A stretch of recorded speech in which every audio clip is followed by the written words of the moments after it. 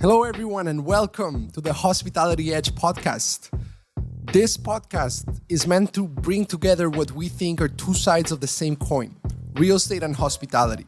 Whether you are a current or aspiring short-term rental property manager, host, or real estate investor, you're in the right place. Dive in with us to uncover the captivating stories and golden nuggets from industry heavyweights, including leaders, operators, investors, syndicators, founders, and entrepreneurs. So thank you. Really, thank you for embarking on this journey with me. I really appreciate you taking the time to listen to this podcast, and I promise I'll do my best to deliver value-packed episodes that hopefully will not just inform, but also help inspire the next generation of real estate and hospitality professionals. Truly yours, Sebastián Muñoz.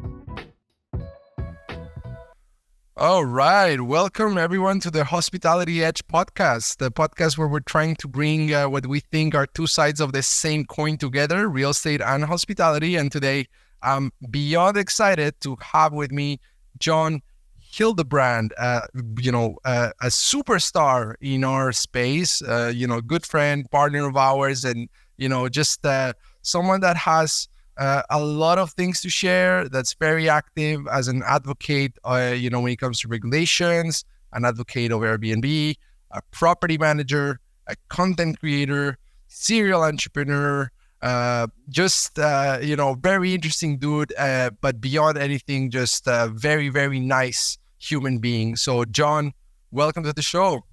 Man, dude, that's you're hired. You're my new PR manager, spokesperson. But I appreciate you. I appreciate you. And I'm excited for your new journey with the podcast, dude. Super cool. Thank you, John. Thank you. So for anyone out there that's living under a rock and has never seen one of your videos, why don't you tell us a little bit about yourself, your background, and what you've been up to these days? Yeah, sure. I'll do a little brief. My name is John Hildebrand, of course, and I'm based in Scottsdale, Arizona now. I started my hosting journey back when I was living in Malibu at the time. I was a photographer living in Malibu. That was in like the end of 2015. Started Airbnb in my place with zero clue what I was doing and started paying my bills and my mortgage. And fast forward, I sold that house and I had to buy a new place. I needed to park my money somewhere. And my brother was a top real estate agent in Malibu. So we bought an investment place next to the football stadium in LA and turned it on to vacation rental. Again, no clue what I was doing. It took off. We started making money. It was crazy. Started booking it all the time. And, I just started telling anybody and everybody that listened. I was like, man, this is wild. Dude, this is the coolest thing ever. Like, how is this a thing? And then fast forward, doing that like a year, I moved back to Arizona just because I was looking for a change. And at the time, the regulations for short-term rental were really, really promising. So I was like, this looks like a good place to like invest. Purchased 2 homes, one with my mom, which was super fun. My brother actually sold me the house out here in Arizona, which is super cool too. And then I ended up buying another place with my dad, and my brother sold us that place too. And same thing, we just kind of went all in on making a nice house, and we gutted it, launched it on Airbnb, and it really took off. And that's where I decided like, wait, this is like an actual business. I need to professionalize things, put it under a company. And then it's just been full speed ahead ever since. Yeah. That's wow. Like a quick journey. Quick journey. Yeah. Accelerated. That's awesome. Elevator pitch. Well, John, you've never been, a 9-to-5 guy, right? You've never, had a job per se. You've been a creative, an artist, started off as a photographer. So I want you to tell us a little bit about, how you think that creativity and artistic side of you has, been expressed with everything you're doing when it comes to short-term rentals. Like, why do you think that short-term rentals and vacation rentals in general and hosting is the right thing for someone like you that's creative and that's basically not meant to be in a just traditional 9-to-5? Yeah, I'm definitely that guy that's not a traditional 9-to-5 in a box. Too much structure for me, and I start going a little crazy. I like to break the rules, but not like break the rules, right? Like to push the boundaries, Just a little bit. Yeah, just enough to get me in a little bit of trouble. But not too much. Yeah, not too much, exactly. And like I said, I fell into this business out of necessity, not making enough money to live a comfortable life or pay my rent, my mortgage. So, but I was enjoying being a photographer. I just wasn't making enough. And I've always been a creative person. I've always enjoyed that process. So when the hospitality vacation rental business came, I never thought of it as a business. I just thought of it as like a side hustle in the beginning. And I loved the idea of being my own boss. I love creating my own destiny. It was, for me, it was like, okay, if I want to make this work, this is all on me. Nobody else, there's nobody else to blame if it doesn't work. This is all on me. And I've had businesses in the past that didn't quite work out the way I wanted it to, or maybe it failed in a different direction. And man, it's a heartbreaking lesson, but it taught me that like, okay, I can do this real estate thing. Most of it, 90% of it's going to land on my shoulders. I think I need to take that kind of risk. And that's what really attracted to me. I loved real estate. We've always been around real estate. So that was like always kind of like in my DNA. And then the hospitality thing just kind of made sense. And I learned amazing. I still learn so much every single day. It's like, yeah, no, that's awesome. And John, so before we talk more about, how you got into short-term rentals and started to make it into more of a business, let's talk about some of those businesses you had before. So one of those is a luxury sunglass company, and the photography business, and then there was also the event management business. So which came first? Come on, man, this guy does his homework, dude. I like that. Well, you and I came first. Was it the events or? So photography was first. I went to photography school. I was doing a bunch of random side gigs through school and right out of school. But me and 3 friends opened up a photo studio, and we were doing photography full time, shooting, anywhere from celebrities to architectural to, fashion brands, whatever we could get our hands on, really. Sometimes we'd have great months. Sometimes we'd be like, okay, how are we going to pay the bills? Mm-hmm. It was like that. And then, came the party planning side of the business. When I was living in Malibu at the time, there was like a venue that used to play live music. And I was like, man, wouldn't it be cool if we can get a couple of our friends' bands to play here?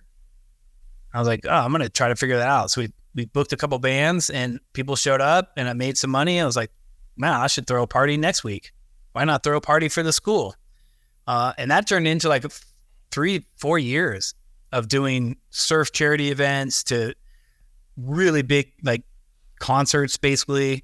And man, it was fun. It was a ton of fun. It was probably too much fun. That was a good fun. Too much fun. Yeah.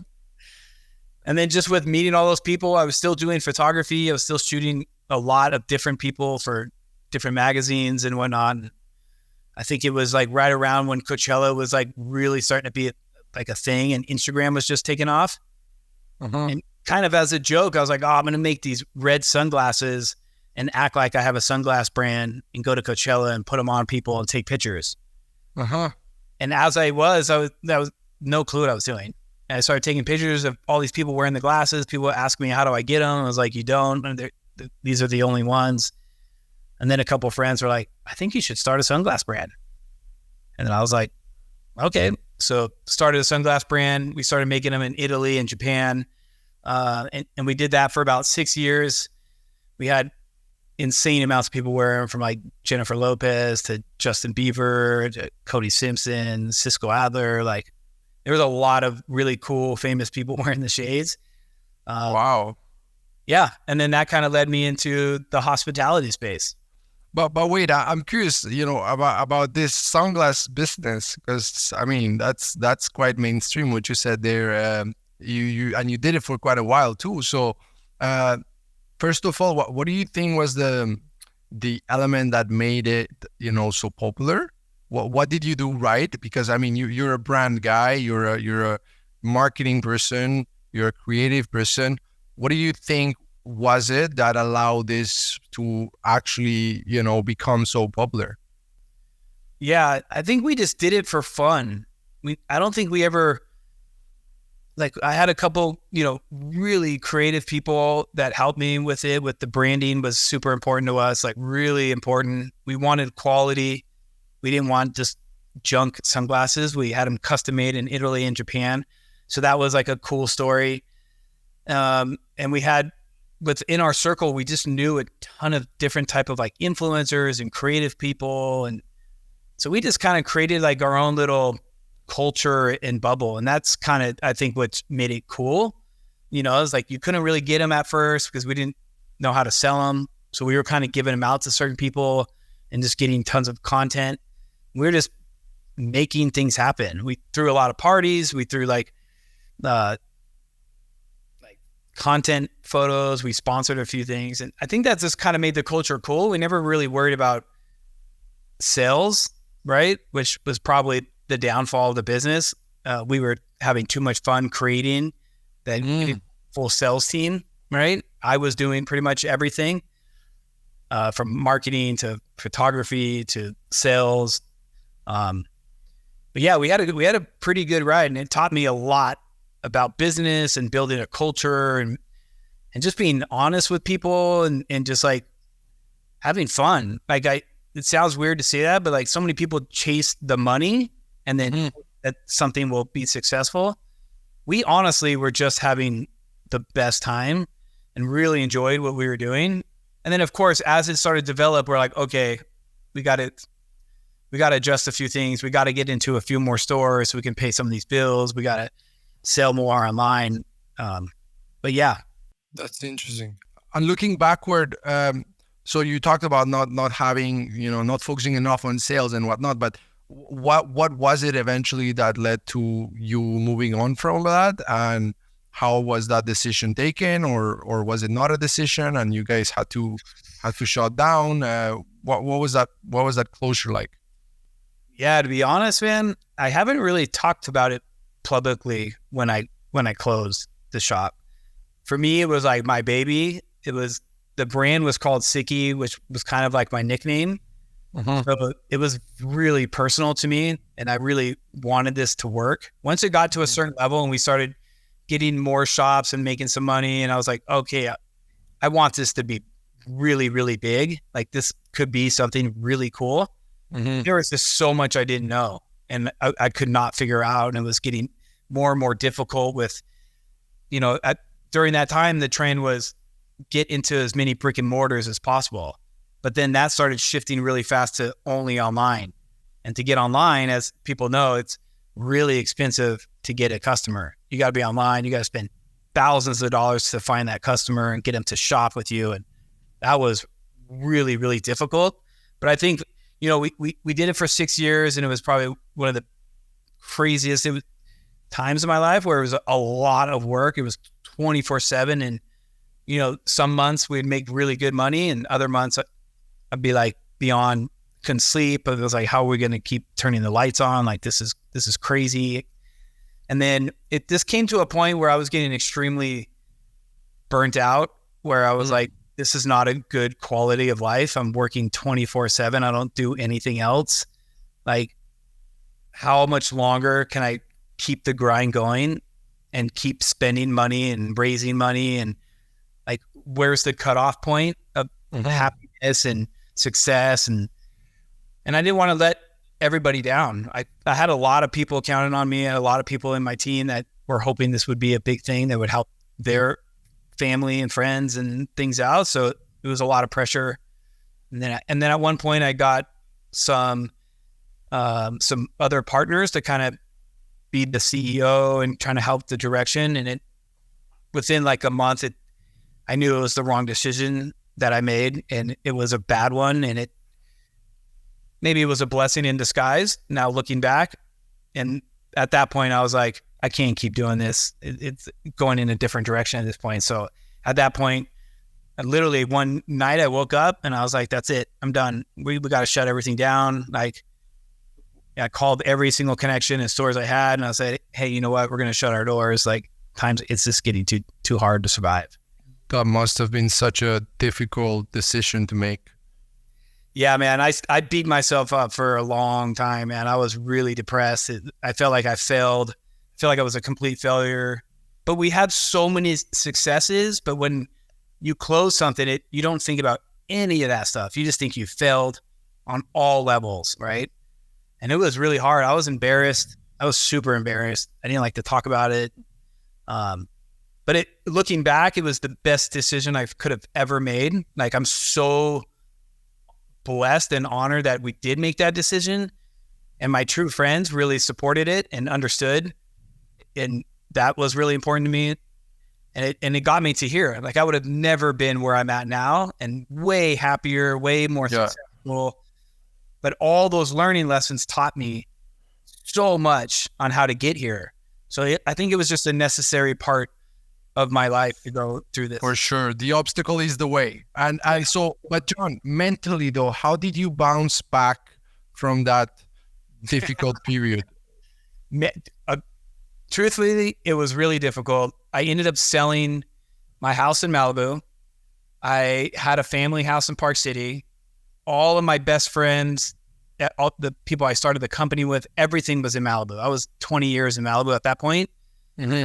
And when that happened, it was just really difficult. So I'm like, you know what? I'm going to go to Park City. I'm going to sell everything, and I'm going to try to start fresh and figure out what's next in my life. I have no idea what that is, but I've moved so many times as a kid growing up that I knew that was a good way to refresh.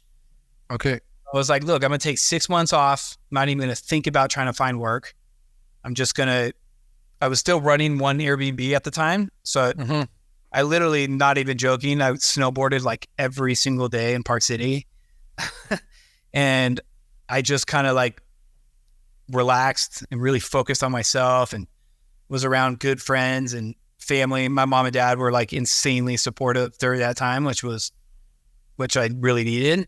Yeah, man. And I just like kept snowboarding, kept getting exercise, kept hanging around family and really good friends. And I'll never forget it. This is the craziest thing. I was snowboarding one day. I was at the point where I was like, okay, I really got to start figuring something out. I got to start, what's next, right? Like, I'm not giving up. I can't give up on life. I'm too young. I'm too motivated, too creative. There's something out there for me.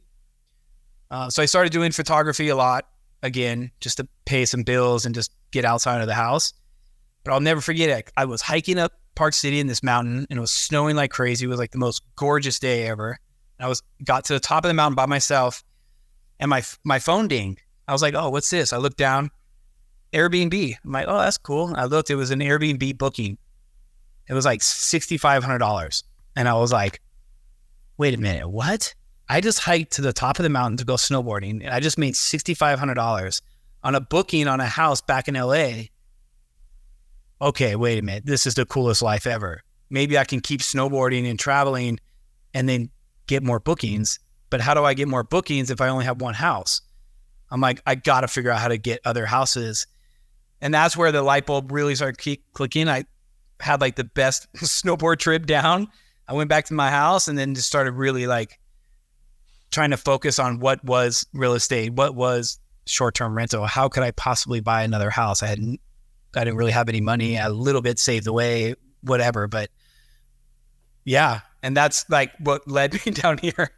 And what was the next move after that? Did you buy a property after that, or did you get into management at that point, or what was next? No, at that point, management to me seemed scary because then I felt like I was working for somebody, and I had to have a lot of responsibilities, and I couldn't take that on. I didn't want to fail and be responsible for someone's house not being successful. So I was like, I'd rather take 110% risk on my own shoulders this time, just from that other experience.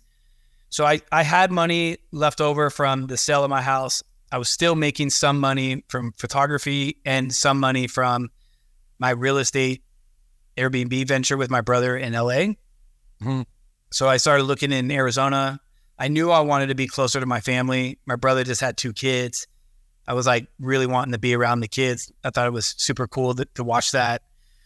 And I was gone away from my parents and my brother for so long that I ended up studying Arizona since we were born and raised there, 5 generations. My cousins are contractors and builders. And I just knew a lot of people there.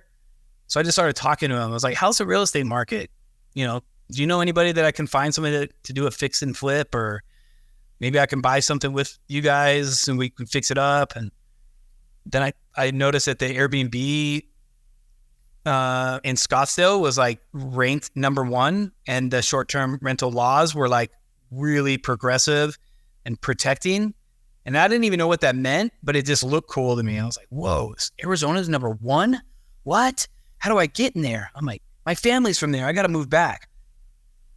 So the plan was I moved back to Arizona to buy a house, live in it part-time, and then travel snowboarding whenever I could and rent it when I couldn't, when I wasn't there. So we bought a house. My brother actually sold me the house. He got his real estate license like right before that, which was so cool. Mm-hmm. And it was a total fixer-upper. It was like $350,000 for this house. So it wasn't like crazy amounts of money, but it was just enough where it was still scary. You know, mm-hmm. Like, okay, it's still there's a lot of money. And we fixed it up, met some great contractors and people throughout the road. I met this designer who had a couple Airbnbs herself, her and her husband. And they taught me a lot.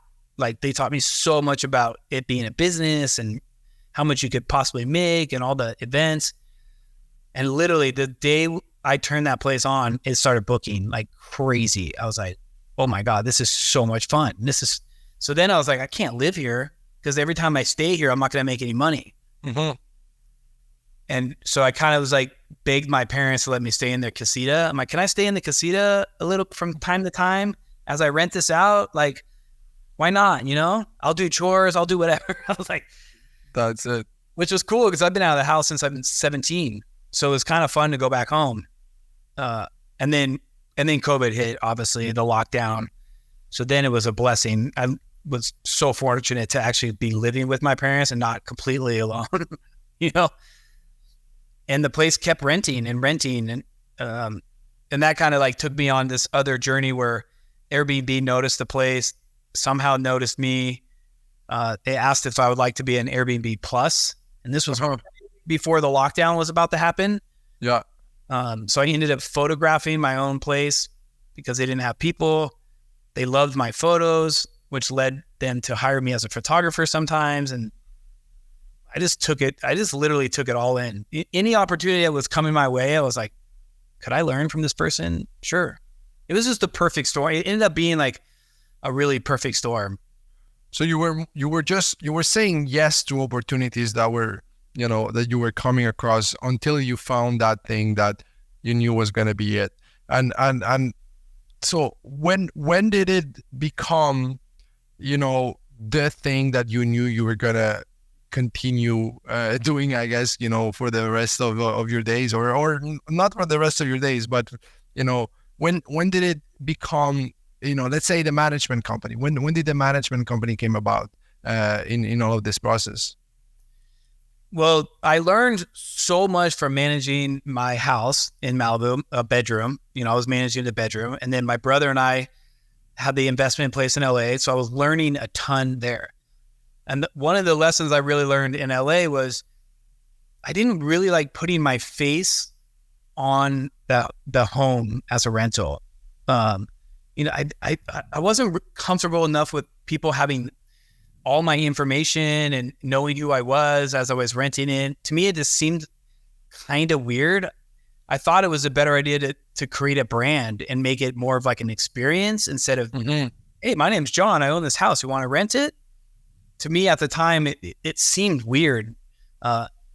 So when I bought my house in Arizona, I was like, the one thing I want to do is I want everything that I learned in the sunglass brand and the photography, how could I bring that into the vacation rental space?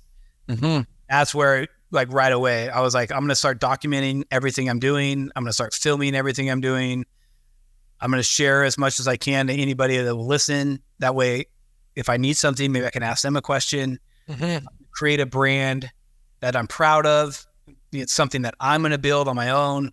And that's where, for me, it was important to like create a brand and a logo and an experience. So pretty much the brand started back when you had that one property, that first investment property of yours? In Arizona, yeah. Okay. And so it started with the brand, the concept of, the experience, and then that concept of documenting your journey. Where did that come from? Just from my experience with the sunglasses, that was one part that we did really well. We made a lot of really cool content, and that's what really helped us get into certain stores and different exposure. And for me, I saw the power of social media, and at the time I was taking a year off social media completely because I just needed a break. And I knew I was good at my camera. I knew I could tell a story. I just wasn't the best at filming, and I wasn't the best at being in front of the camera. Like, I was really shy in front of the camera, which people now are like, I can't believe that. Yeah, that's what, yeah. People see that now. They're like, I don't believe you. Yeah. And I knew I could tell a story. And in my mind was like, if I can create a story and keep taking pictures, it's going to increase my chances of getting people that want to rent my place. So how can I get in front of more people that could potentially see my place, that could potentially rent it? And I knew those stats work really well. I've seen social media work really well. I was like, okay, I'm going to turn my social media back on. I'm going to start documenting everything. I don't care if it's perfect or great. Like you with your podcast, right? Like, there was a lot I didn't know. I was like, whatever, let's film what I know and film what I don't know and make fun of myself as I do it. And who cares? One person watches it, 50 people watch. Who cares? Let's just have fun with it. Mm-hmm. And it helped me become more professionalized, because the more feedback I got from people, the more advice I got from people, the more like people I saw watching it. I just knew it could open more and more opportunities. So tell me about how, Airbnb approached you to become an advocate, how that happened. Yeah, man, because at this point it was like a year and a half of me like really doing Airbnb professionally at this point, right? But my gateway into it was becoming an Airbnb Plus, which to me was my ultimate dream. Like, I kept seeing these Plus listings and I just loved the way the layout was and the branding and the story, and being like almost like a guarantee for guests. Like, if you're staying at a Plus, it's going to be clean, it's going to be good host. So the second I learned about that, I was like, man, it would be an ultimate dream if I can make this happen. And it did. And I ended up being the photographer for it. So it kind of got me in the ropes of Airbnb. And during that time, like I said, the lockdown happened. My rentals were, thank goodness, still really busy. And Airbnb was going through, everybody was. The hospitality business was going through like the most insane time of their life. So we're like, what do we do? And at that point, I was like, I'm just going to educate myself on everything I can. I was like, I'm going to start reading books, podcasts, YouTube videos, anything that I can like just learn since I'm sitting here. Mm-hmm. And one day, Airbnb reached out. I'll never forget this guy, Raj, is like the coolest dude ever, by the way, from Airbnb. Shout out him and Tori and a couple people. They reached out to me and they're like, hey, we have this new program that we're thinking about launching. It's called Ask a Superhost or Airbnb Ambassador. We have no idea where it's going, but would you like to be a part of it? Your name came up and we would love to chat with you about it. And I'm like, what? Like, instantly I was like, oh my gosh, could you imagine how much I can learn from like the giant? Like, okay. I was like, no idea if there was any money involved. I didn't even know what it was. So we jumped on a couple calls and they were like, basically, we want you to help host start on the platform the right way. And you help them build out their listing, educate them on advocacy or policy, educate them on pricing. And since you know about photography, you can tell them about photography. I'm like, yeah, this sounds cool. So like, okay, well, I think we're going to do like these webinars and you can teach the webinar. And then from that point on, I was like, wait, webinar? I don't know if I can do that. I don't know if I can teach on a webinar. That sounds so scary. And they're like, no, I think you can. I think we can figure it out. And Airbnb just really believed in what they were trying to build, and they believed in me. So they helped me through this webinar that I was shaking out of my legs trying to be the person teaching all these hosts, right? I was like, oh my gosh, this is so nerve-wracking, like, whatever. And I ended up doing it. They stayed on the webinar. They kind of like helped me through that. And then eventually I was doing it on my own, but Airbnb was sending leads, and then I was finding leads also for new hosts. So let's say you wanted to join Airbnb and you got on the site and you're like, oh my gosh, this is so overwhelming. Well, they were having huge fall off where people were like, I can't do this. This is too. So instead they would match them with someone like me. We would get matched up. It would pull up in my dashboard and it'd say, hey, John, would you help Sebastian set up his Airbnb? I'm like, oh, let's do this. And I would get paid for everyone that, as long as they got one first booking, I would get paid. And I'm like, okay, this is cool. I'm like, I'm going to start making some money. I remember talking to my parents about it. I was talking to my assistant. She's like, I don't know. This seems so weird. Like, might as well do it. What else you got to do? I'm like, I know. Might as well. And my thing was like, as long as I can learn and like ask them about my listing maybe sometimes, or like, like, I don't know. And it literally took off. The first year and a half was like a lot of trial and error. But man, I was starting to make really, really good money from it, and just meeting so many different hosts that were going through some of the same struggles that I went through. And I got to watch some of these hosts end up buying multiple properties and getting multiple listings and becoming super hosts. And I was like, wow, this is so rewarding and so freaking cool. Like, what a fun program. And it's been like 3 years, and I think I've helped like 1,500 people join. Oh, program. Wow. Yeah. That's a lot of people. That's a lot of people. So John, I mean, this is a bit of a, subject that is evolving in real time type of thing. You're an advocate of Airbnb. There's many things that we like, Airbnb for, and there's others that are more challenging, right? Especially on the hosting side of things, there's a lot of controversy around the policies that Airbnb enforces on hosts. So tell us about the experience that you're going through at the moment, whatever you can share. And, it's interesting, it's scary, but at the same time, I think, you're in this weird position where you are advocating for, the platform at the same time as you are facing, challenges with the platform. So, but at the same time, that's an opportunity for you to, bring those issues up and make sure that they're aware of what's going on. So what can you tell us about what you're going through at the moment? Yeah, man, it's always a tricky space to be in, but I always told, like, any brand that I work for or any company that I work for, all we have is our truth and being honest. That's all we have.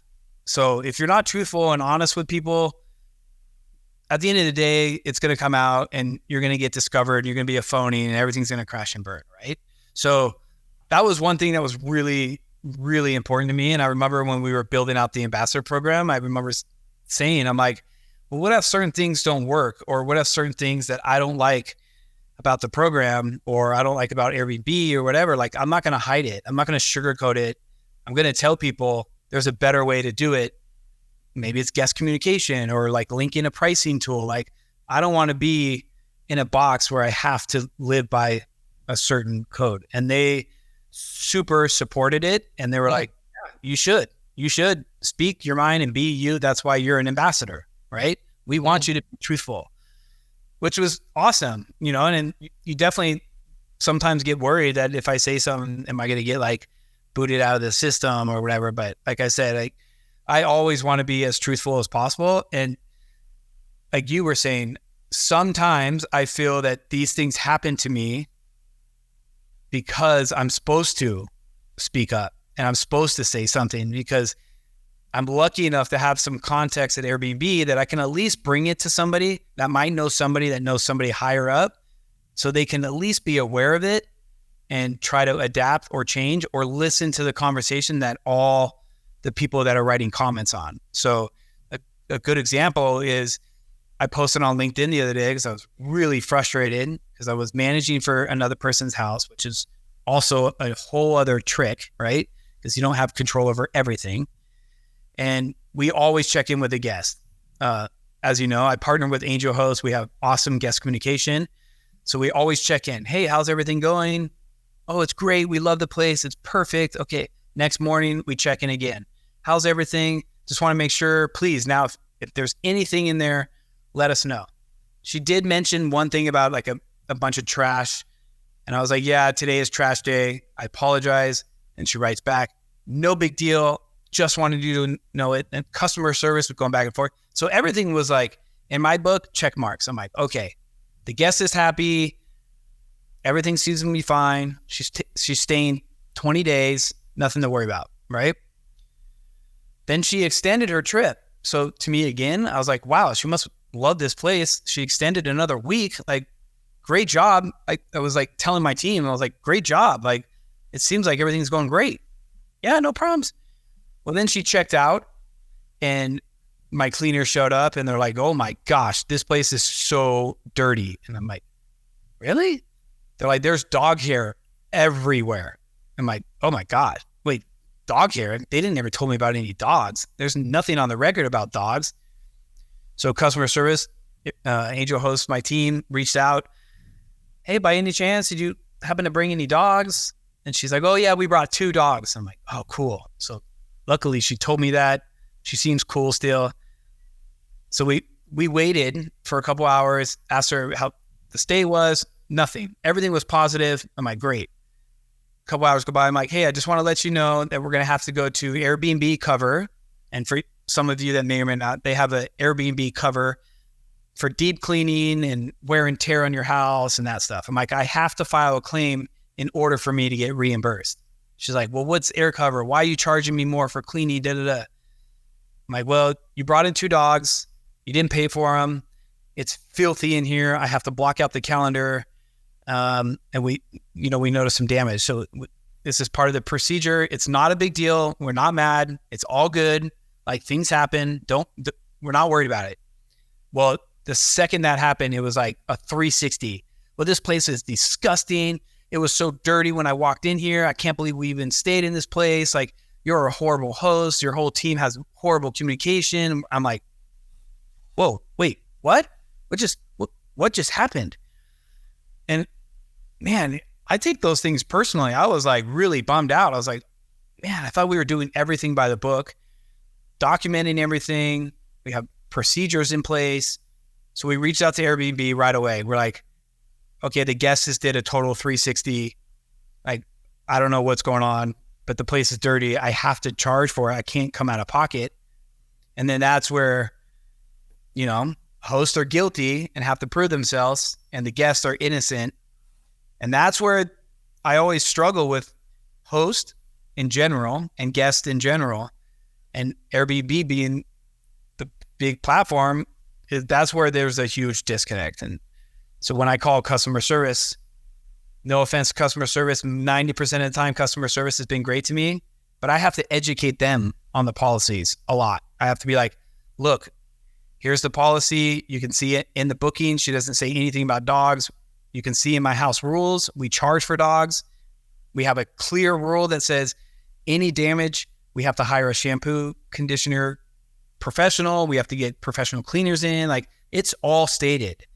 There's nothing hidden in this contract. It's all, what Airbnb is like, well, we need evidence. We need to show it. And it was just such a slap in the face because they were automatically assuming that we were guilty and we were just trying to go after the guests. And I'm like, and we're still going through the case. It's like unbelievable. They're like, oh, we need more photos. Mike, we gave you 87 photos, time-stamped, all organized. And then, and sadly, customer service and Airbnb are like 2 different companies. They literally really talk to each other. Everybody in my program I reached out to and just was lucky enough to vent to them, at least my frustration. And they're like, sorry, we don't really talk to customer service. We don't know how to like, I'm like, wow, this is such a missed opportunity and such a big disconnect.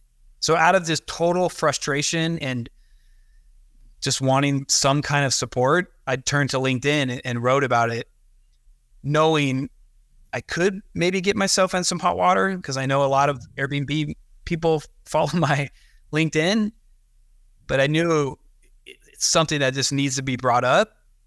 And I just hoped with my platform that something could positive come out from this, right? Because this guest is right, wrote me a review. Forgot to say that. The second I filed the claim, she wrote me a review. I haven't seen it yet because I didn't write her a review yet, but we all know that story. The second I send her a claim, she's going to write me a 1-star review. She went to my Google account, wrote me a 1-star Google account.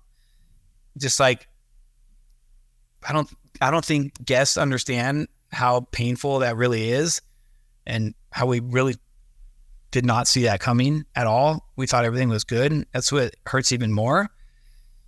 So during that experience, right, Airbnb finally saw it, and a couple of people from Airbnb reached out to me and they're like, wait a minute, what is going on? This should not be happening. And out of frustration, I'm like, go look at my comments, man. I'm not the only one. Look at the comments of people chiming in. This happens over and over and over again. And I had told Airbnb, I'm like, if I didn't have a backup plan, like a Superhog in place, I would be out $1,000 at least getting all this stuff fixed. Mm-hmm. But now I have to go to Superhog and file a claim with them, but when I shouldn't have to, because Airbnb is supposed to have my back, not any privilege, all hosts back, not just me because I do stuff for them. It's just hosts in general.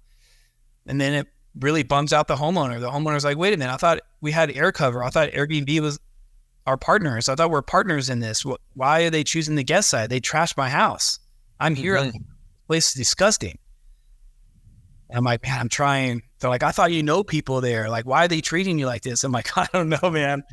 I'm like, it's not me. They don't even know it's me. They don't know anything. So I'm hoping, right, the couple of people that reached out to me are looking into it, and I'm really, really hoping that this could somehow improve the system overall.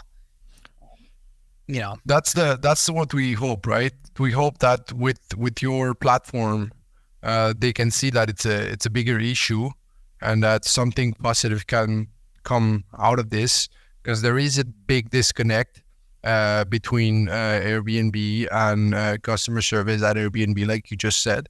And I think a lesson for anyone out there listening is what you just said about knowing your policies, knowing the policies at Airbnb, so you can fight back and not just take what customer service at Airbnb is telling you as the truth. Sometimes you need to stand for yourself, but even then, sometimes there's only so much that can be done. So it's a bit of a tricky situation, unfortunate situation. We'll be following your LinkedIn and platforms for more updates on how this evolves. But it's definitely somewhat of an unfortunate situation. Now, John, you are just elaborating on that real quick, because I don't want to leave it at the end. As you know me, I'm a half full kind of guy. Yeah. I like to be positive. I hate the negative stuff. It wears on people. So like, just to give a tip or two to new hosts, right? With those kind of experiences that do happen, I always suggest like having your systems in place, like good track record, making sure all your photos are time-stamped and everything is backed up, right? Having a rental agreement on top of your Airbnb. If you're going to treat this like a business, you really got to treat it like a business and have other things in place to protect yourself. So I just wanted to give that out because I think it's really important. A lot of people just rely on Airbnb, and I think that's sadly not the case. You should not do that. You need to protect your homeowner, the investment, the property. But also, I really want to say that like Airbnb does listen, I have to say. Sometimes things move really slow, but I have voiced my opinion many times and then instantly seen stuff change. So they do listen. which is really encouraging to me. And that's probably why I share the negative sometimes. Because you know that you're doing it with a good intention, and that if you don't do it, who else is going to, who else is going to? So in a way, it's like a responsibility that you have for the, it's in everyone's best interest, in the best interest of the hosts and in the best interest of the platform as well. So we're glad to have you advocating for all of our interests as hosts, John.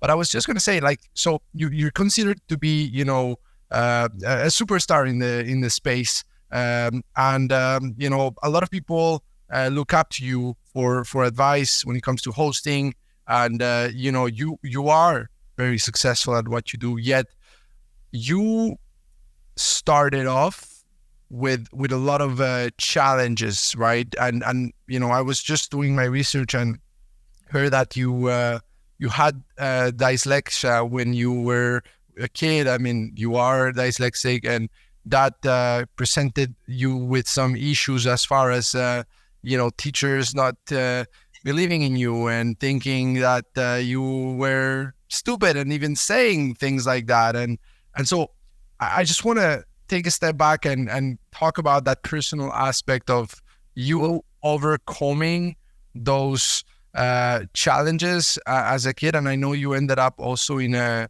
school that was tailored towards people that had learning disabilities, or that were more creative, artistic, things of that nature.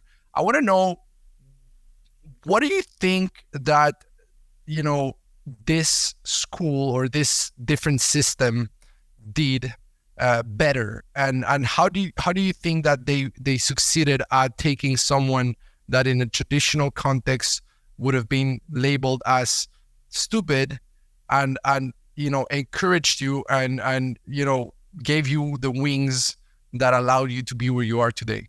What can we learn from them?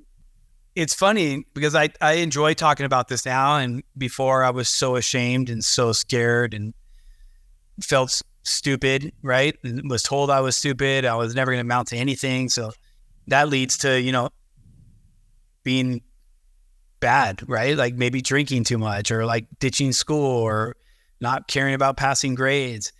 And I knew I wasn't that person inside, but it was like so embarrassing. Growing up in high school is not the easiest anyways. And I was still had a lot of friends and very grateful on that. But when they put you in a small class in a school, everyone starts asking questions. You can't read it. People make fun of you. It's like, it's not fun. It's totally not a good experience at all. And I was just crazy lucky to have one or two teachers that would understand it, right? Through my journey. My mom was a school teacher back in the days, so she really saw me struggling like a lot. And early on, we started getting tested, and that's when they found out I was dyslexia. And they, always thought maybe my dad had dyslexia, and my dad was climbing the ladders of corporate world and being more and more successful. And then, my mom started teaching me about super famous, creative people that were dyslexia that I thought were so freaking cool. I was like, what? That guy's dyslexia? That's insane. Or this woman, or this whatever, right? And I'm like, how could they do that? Everyone tells me I'm stupid. I'm not going to amount to anything. And it was just that all the time. So going through those processes, like I had to go to, different schooling after school, after high school or middle school. My mom would drop me off at another tutor or hire a tutor. So I remember in high school, I was just getting in way too much trouble, fights or not showing up to school, drinking too much, whatever, because there was 40 kids in a class. I couldn't relate to anything. I wasn't learning anything. I'm like, this is such a waste of my time. Like, what am I doing here? Like, this is so dumb. My mom knew it. And I was like, that's it. I'm dropping out of school. I'm done. I can't do this. I'm going to go get a job at Taco Bell or something. And I'll just like skateboard and work at Taco Bell for the rest of my life. I don't even care. This is insane. Well, my parents were like, there's no way you're dropping out of school. You need to figure out a different solution. So I found this it's called like alternative schooling. And it was only for people with learning disabilities, from all types of learning disabilities. And the entire high school at the time was like 40 people. There was only 6 people in a classroom, period. There was no locks on locker rooms. It was all creative. It was all like everybody was on the same page. Not one person judged anybody for their hair color, their tattoos, they smoked, if they didn't smoke, if they were stupid, if not. And that changed my life forever. It literally to this day has saved me to be comfortable in my own skin at that. And that's where I really started to learn, like, it's okay to not be like everybody else. It's totally okay to be myself. It's okay. I can't read all the time. So, have fun with it. And everybody in the school was like that. And I ended up meeting a teacher who was a photographer, and they were trying to do a photography department there. And he gave me his camera and he's like, why don't you start shooting? Take some pictures of your friends. I'll teach you how to process film. You could probably graduate school early if you stay extra. I was like, sign me up. And it instantly hit. I instantly fell in love with the creative process and documenting my friends skateboarding and just like traveling and taking pictures. And he really encouraged me to be like, you don't need all this other stuff in your life. You can be a photographer forever. You can go to school for photography. I'm like, wait, what? I can go to a college for art? And he's like, yeah, why don't you do that? And he introduced me to Bendy Notes College in Santa Barbara, or Brooks College in Santa Barbara, sorry. And I told my parents, and they're like, art school, college, let's go look at it. And it was like the most intense school ever. It was like 7 weeks on, 10 days off. In the orientation, they're like, no partying, like you got to be dedicated. It's only art school. We're not teaching all this education stuff. I'm like, this is the coolest school on earth. Like, what? And yeah, it was not an easy path. But once I got to art school, there was a ton of people like me, ton of people. Mm-hmm. Mm-hmm. And then it was like, okay.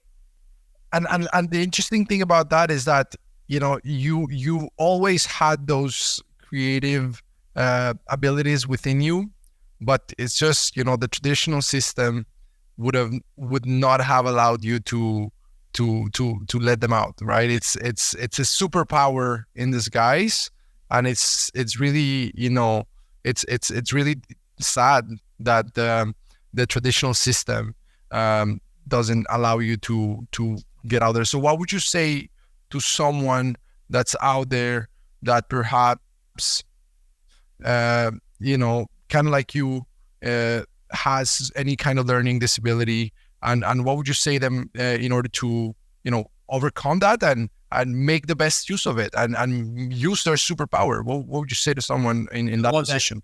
Superpower, man. I think it's so cool. I love hearing that, especially as I get older, right? It's like, you realize that like I wouldn't be who I was if I didn't have the dyslexia. I wouldn't be as creative if I didn't have it, right? Man, any young person that's listening to this, if I can just help one person, anybody can reach out to me on social media anytime, because man, it was so hard and lonely growing up with it.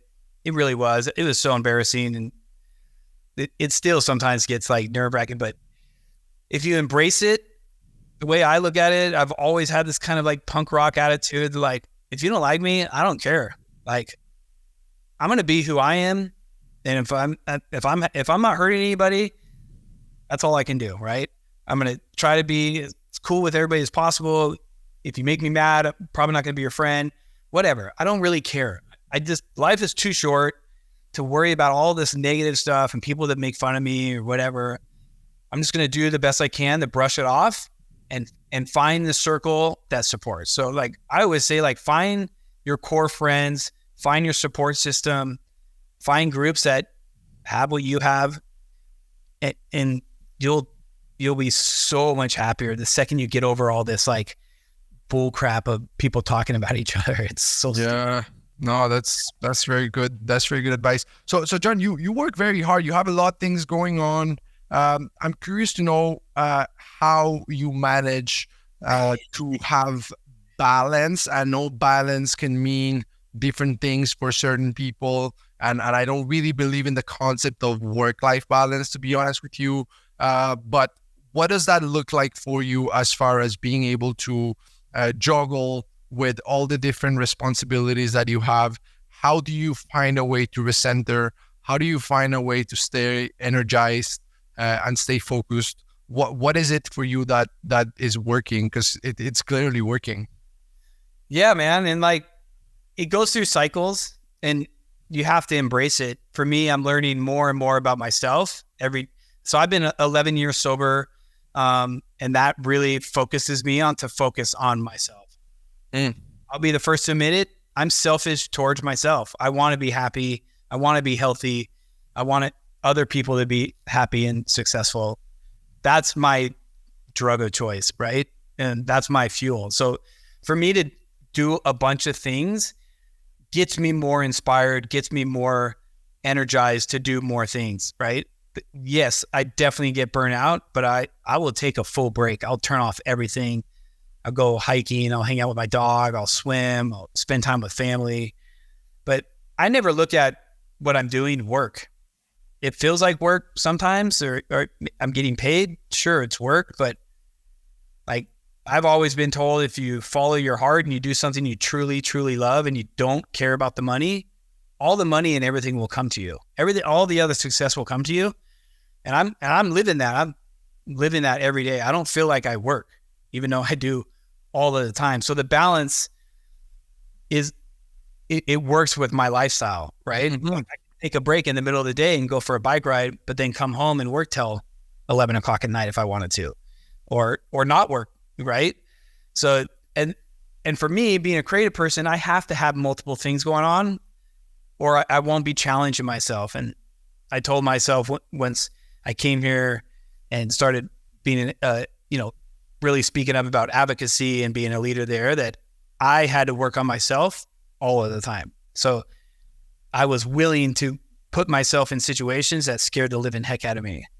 Public speaking, being in front of the camera, doing podcasts, talking to the news, being an advocate for short-term rentals as a whole. It only makes me a better person. It helps me towards my guests and improves my hospitality, improves my listing. So it's hard sometimes, right? Trying to do it all. You just got to take breaks and I don't know. I'm in such a good place that I don't, like you said, I don't worry about the work-life balance. I just, I just do different things. Like I'm you doing the advocacy stuff with Rent Responsibly and having a support system there on a whole different conversation. And then having friends that have nothing to do with short-term rentals at all. And we can talk about art and photography and, people that just want to go snowboarding. This is for me, I'm very active. I love it. I love it. It fuels the fire more. Yeah, no, and I say this very often, but once you find work that feels like play to you, but looks like work to others, then you're retired. Totally. Welcome to your retirement. That's it. You made it. So it looks like you found that, and it's very. You can tell from the energy. You can tell from everything, the results that eventually end up coming to. So I think it's very inspiring. We'll end this, John, with a practical advice. You coach a lot of, you advise to a lot of hosts and whatnot, and you've spoken with a lot of providers as well in the space and operators. If you were giving advice to an entrepreneur, right? An entrepreneur that's looking to scale their business. Let's say it's an entrepreneur in the vacation rental industry, of course. From everything you've learned, all the mistakes and the successes you've had, if you could say, hey, this is one thing that you should implement today, that you should do today, that you should sit down and you should put on your agenda, or you should put as a to-do list, or you should start working on. This is the one thing that if you do it, if you follow my advice, it's going to have the biggest impact on your business and your life. What would that be? There's a couple of things that come to mind, but the number one thing that none of the other things will ever work or come to fruition is mindset. The second I started shifting my mindset and writing things down and creating a vision board with clear goals or dreams, right? I like to call them dreams because I thought buying a house would be no way in hell I could buy my own house. Now I have 4 and trying to buy another one, you know? So I think like mindset vision board is the number one thing that you have to be open to and be willing to dream big and put things down, and then you be shocked of what comes about. And you can't just write things down and throw it in a desk and hope it comes true, right? You have to look at it, you have to build from it. But I would say mindset would probably be the most important. You can build all the systems in the world, you can get the best team in the world, but if you don't believe in yourself and you don't believe in what you're trying to do, it's never going to work. Yeah, whether you believe you can or you believe you cannot, you're right. Totally. That's it. No, well, that's amazing, John. Well, awesome. Listen, the time has passed super fast. I could have, I could stay here for hours with you. But yeah, no, it's been amazing to hear from you, learn from you a lot of nuggets, a lot of wisdom, a lot of inspiration, lots of fun too. Where can people connect with you? I mean, pretty much anywhere, but what's the go-to place? Yeah, I'm really active on Instagram. I've taken a little bit of time off just to kind of regroup, right? It's always healthy to do that. But Instagram at John Hildebrand Sicky. And then my YouTube, I'm having a ton of fun trying to create YouTube videos and talk to people. It's so much fun. Totally different challenge for sure. So my YouTube is just Hildy Homes. You can check me out there. If you want to look at any of my properties, you can just go to hildyhomes.com and see some of the projects I'm working on. But yeah, stay tuned. I got some really exciting news coming up that I haven't told too many people, which I'm really excited about. And yeah, there's a lot of really... something about it? Well, there's a new amazing co-hosting thing that's coming on Airbnb, which I'm really excited about. Uh-huh.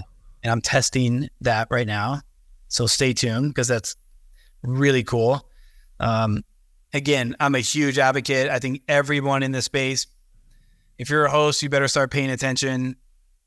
You better be a voice. You better be a good neighbor. Look what happened to Dallas. They lost their license, short-term rentals overnight. So I'm a huge advocate. I think we need to clean up the industry as a whole within ourselves. We need to get out the bad actors ourselves. We need to police ourselves better.